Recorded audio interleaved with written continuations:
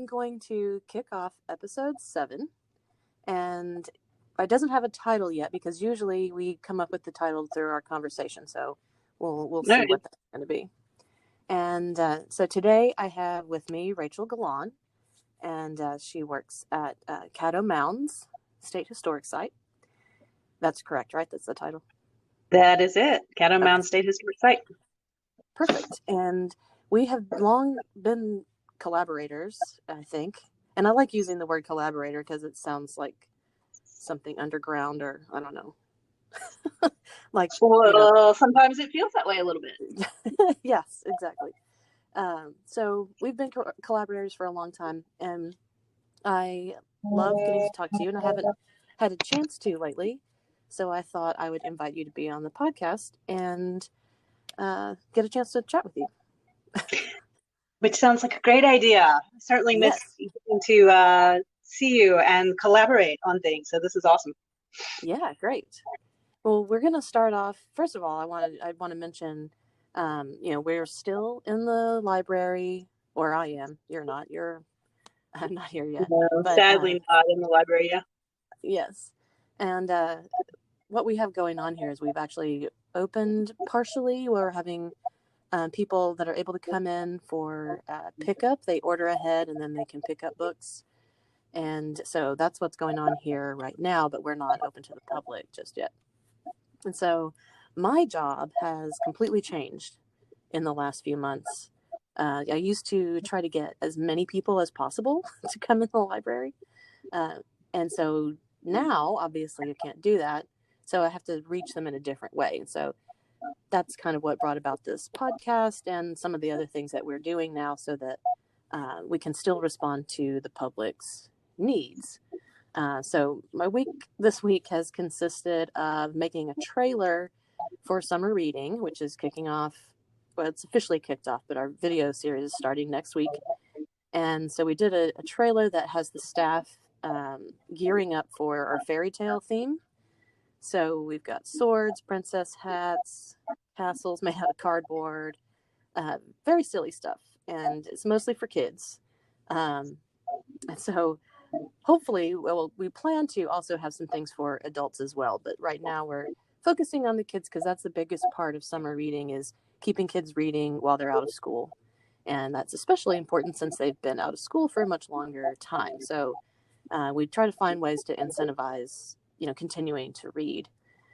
And I'm proposing that some of our things for our adults are going to include some of the outtakes from these videos that we're making, which is, they're pretty hilarious. So maybe to only to us, but we're going to find out. So we're going to put that out there. And in fact, maybe if we have time, I'll let you hear a little clip from yesterday if you're interested. That's awesome. Yeah, we're very silly over here. But we want to hear from the people about what they want. So everybody's encouraged to email and call and Facebook message us. We're very much here all day and answering messages. And we're public librarians, so because we want to serve the community's needs, and now it's just in a different shape. And so we're going to keep trying to do that in whatever shape that takes. And you also serve the public.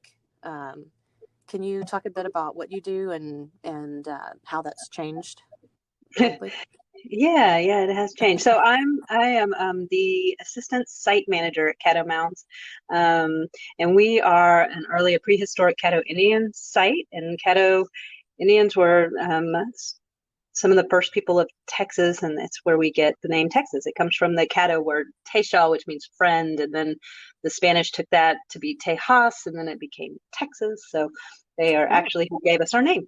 But we work to preserve the land. There's about 400 acres out at Caddo Mounds. There's 3 big earthen mounds that the Caddo built over 1,000 years ago. And we tell that story and their story, and we're still associated with the Caddo people. They're a living people. And so they're very much involved in our site and how we tell their stories.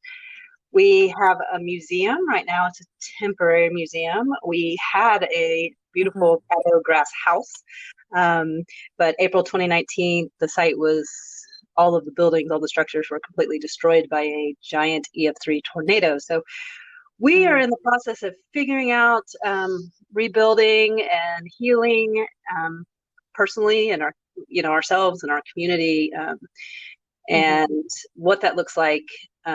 We're in the process of working with the Historic Commission and architects and builders to rebuild the museum out there, and learn to live in this new world. So for all of us working, in jobs where we're used to working with the public and offering programs and doing things, we're now looking at how to do that in a really meaningful, rich way virtually. So it's a lot of adapting, a lot of change, and um, but I'm super fortunate because I have a beautiful 400 acres. Social media is part of my job, so I run around taking Mm. pictures of beautiful things, and we have a 50 by 50-foot education kind of interpretive garden, Snake Woman's garden. So I spend a lot of time in the garden too. So that's pretty awesome. Yes, it's beautiful. I love every day seeing the posts from the site. They're gorgeous. Yeah, And yeah, it's a really wonderful place to be. yes, for sure. And if anybody is not already following Caddo Mounds on social media, do that because there's really great photography. And of course, updates on all the cool things that you're doing out there too. So, yeah. Well, I have my first book recommendation is actually sort of had you in mind. Speaking of the site, there's a book coming out in July, and it's called The Well Gardened Mind: The Restorative Power of Nature, Mm, and and it's by Sue Stewart Smith, who I'm not personally familiar with, but mm. she's a psychiatrist, and the book is about the healing effects of gardening.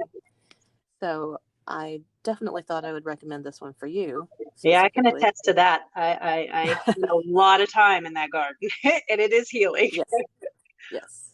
I have a little garden in my windowsill, which is about the extent that I get to do it. But I love it. I'm actually, there's an app called Planta, and since I don't know much about that, I use the app and it tells me what I need to do for the different plants every day. So I've really gotten into it. I want to expand on this Nice. one. And I've kind of gotten in the habit of when I'm recommending a book or talking about a book, I quote the epigraph if there is one.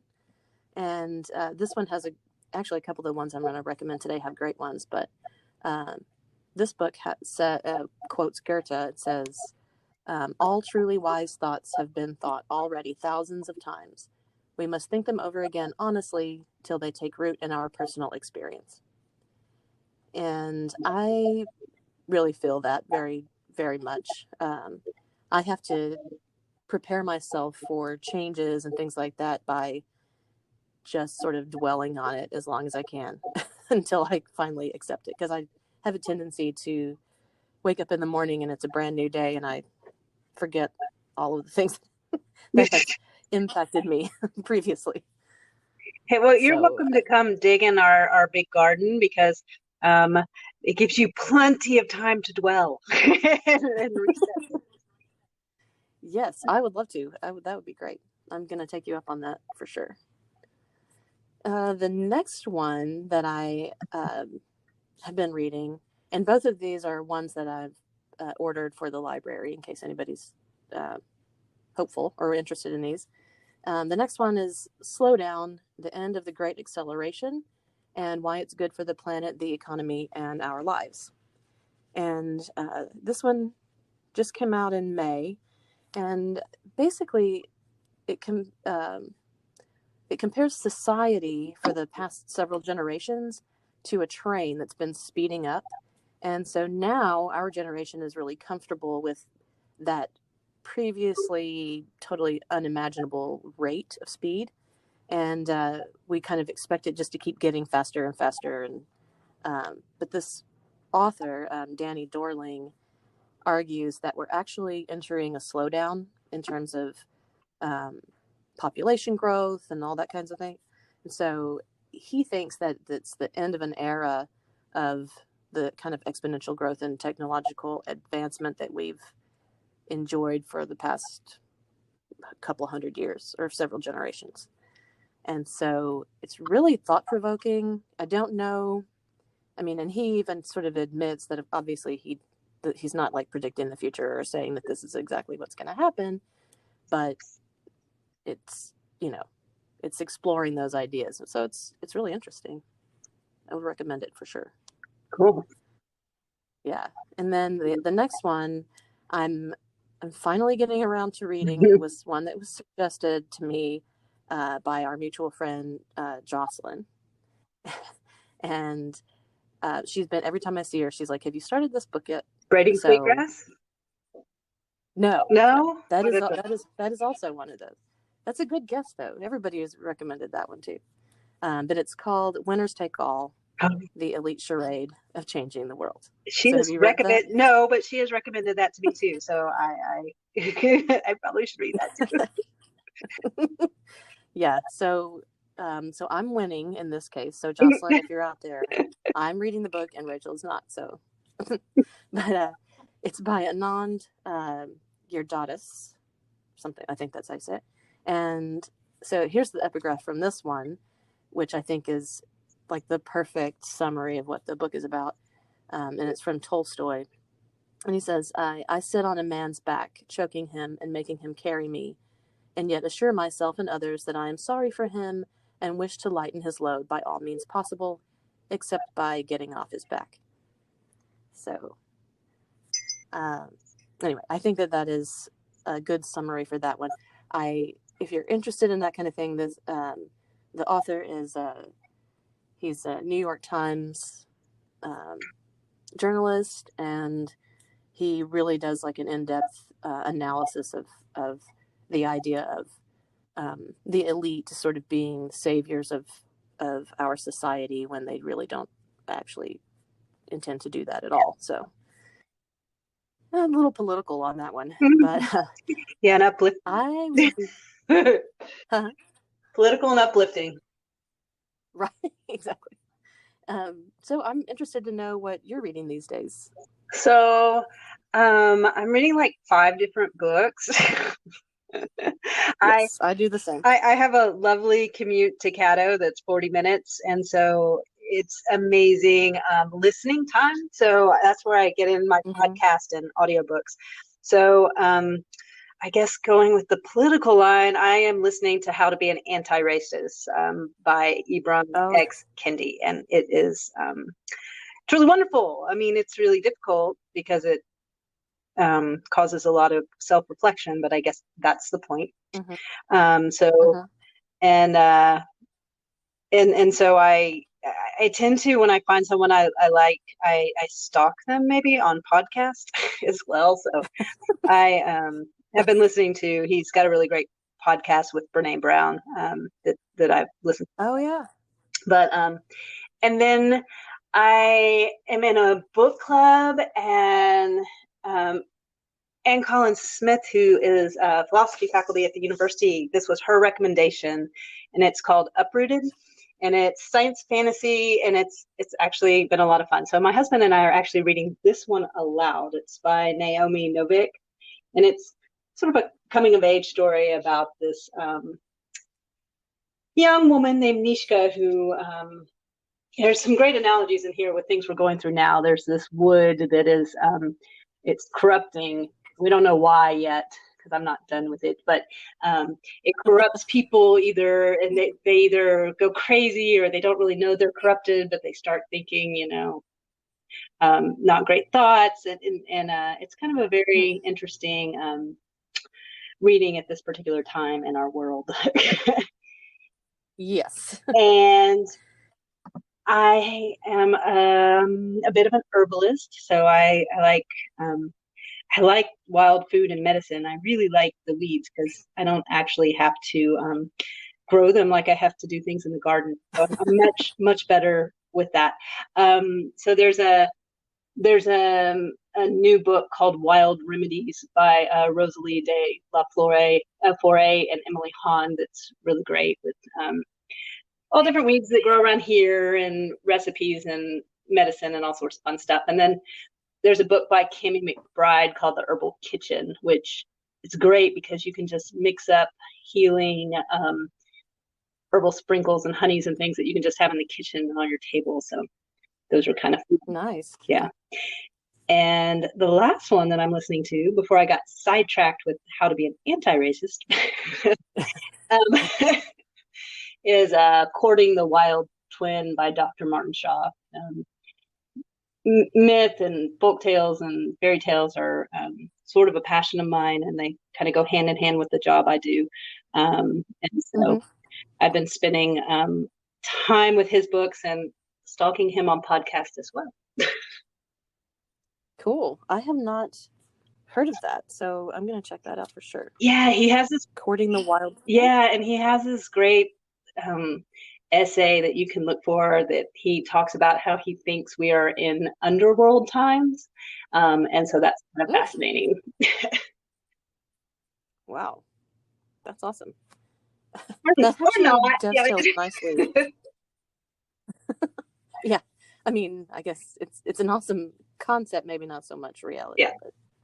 But, it dovetails really nicely with my movie recommendations, actually, because I was just speaking with a coworker, Emily, actually, who does the podcast with me, and my favorite pastime, even more than recommending books to people, is recommending things to watch, and movies especially.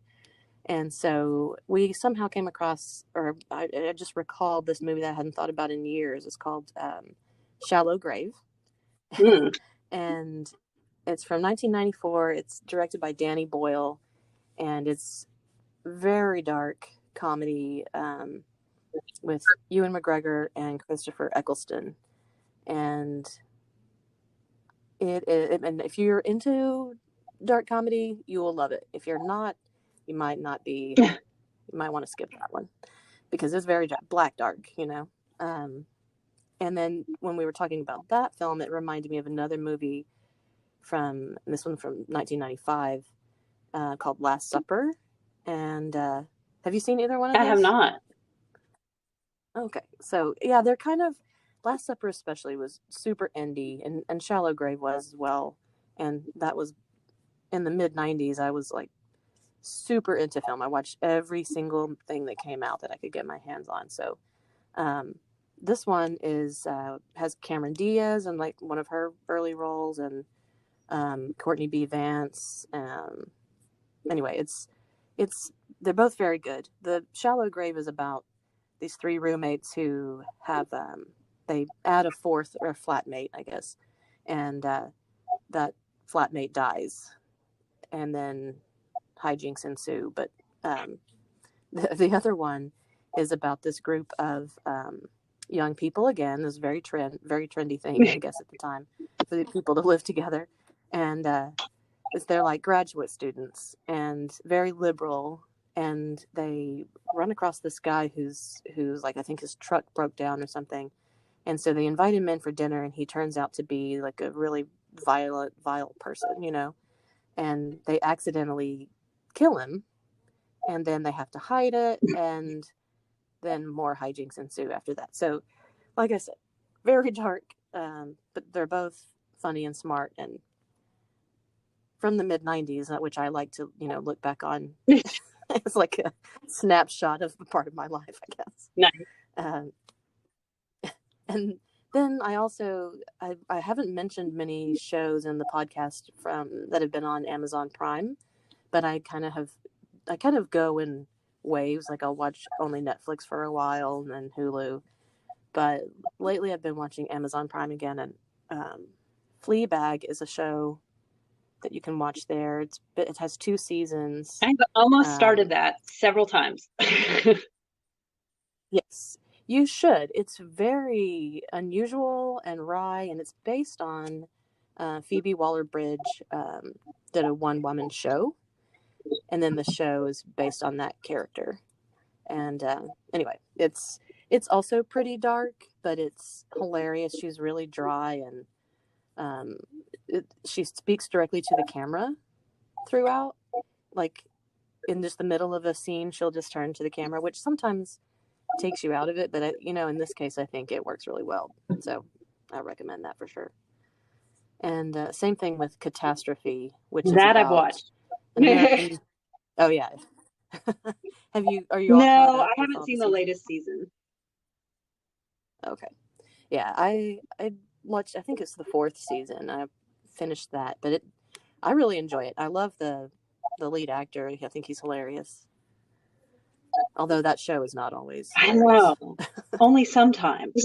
I've got a Yeah, I have a theme going with my stuff too. It's all dark stuff lately, but darkly funny. So maybe I think that kind of describes me as a person anyway. No, I get Uh, but the other one that I'm just starting season 4 of this one is The Man in the High Castle, which is really well done, I think. But what have you been up to? What have you been watching or listening to? Well, let's see. So um, not dark. My husband and I have been transitioning to, life. He was, for those of you who don't know us, he was critically wounded in that tornado. So he was in the hospital from April until February and is now living life as a quadriplegic, which is a huge adjustment in life. So what time I have for television is not dark. So we Yeah. watched we just finished the PBS masterpiece, the Jarrells in Corfu, and that was actually really Oh yeah. great. If you haven't seen it, it's about so there. I haven't. Yeah, there it's based on truth on a real family, and I felt like an idiot when I didn't realize that. And a book that Jerry Durrell wrote called My Family and Other Animals. But they the matriarch of the family, she's widowed and she picks up and moves her family right before the start of World War II to Corfu in Greece, where they sort of live in paradise in this crazy eccentric lifestyle, and it's a really fun series. Um, so there's 4 seasons of it, and we watched that, and then pretty much through this whole ordeal since April, I have developed a thing for British mysteries. I don't know why, um, but I've gone through quite a few British mystery series, and so um, Emily has a subscription to Acorn yeah, I've TV. done that Have in you? BritBox, and I've gone back and forth because they switch off where the episodes are. It's super frustrating. Um, Oh. but right now we're watching Inspector Lewis.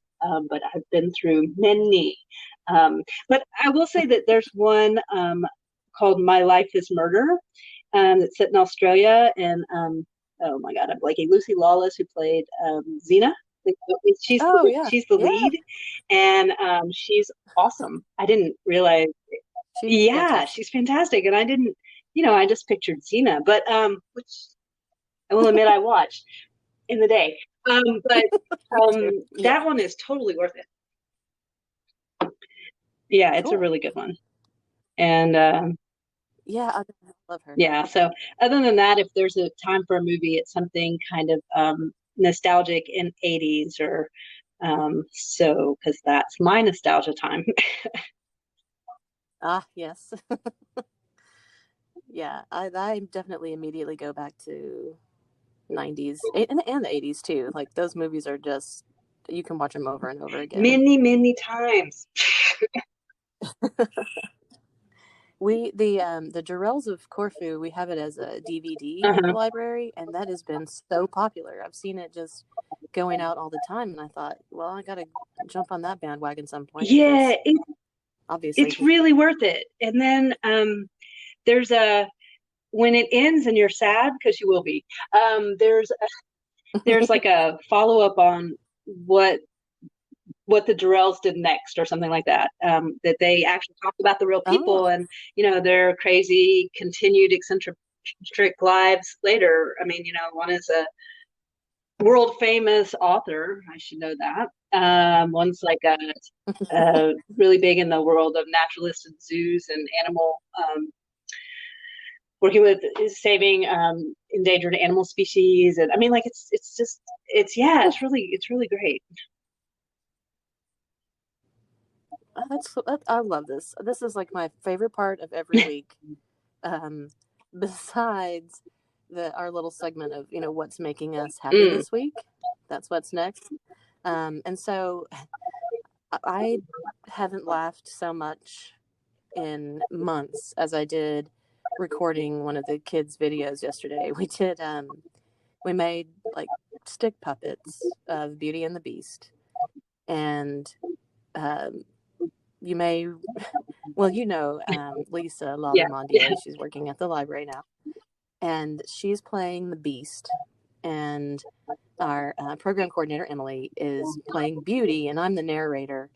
And I thought I would play you a snippet so that you could get an idea about what we're getting up to over here. And we just in the clip, Lisa surprised us all with her dramatic interpretation of the beast roaring. So uh, we could barely keep it together. So I thought I'd play it for you, and hopefully you can hear it well enough. We'll see here. Oh, Beast, you can't leave me. I love you. Then the beast rose up and transformed into a human prince. Your love has broken the spell. A long time ago. Maybe his voice should be less Beast. Yeah, yeah, take it down. So, could you hear that? Yes. Because she had been the beast, but she was supposed to have turned into the prince, but he retained his beastliness. So that was definitely what's making me happy this week. How about you? Let's see. Well, like I said, I get to play in a beautiful garden with giant sunflowers, which, by the way, everybody, the site is actually open. The trails are open, and the visitor center is limited with the number of people who can go in, but it's open Wednesday through Sunday. But we have giant sunflowers and so many different kinds of butterflies and dragonflies that it's part of my job to run around and take pictures of. So that makes me happy.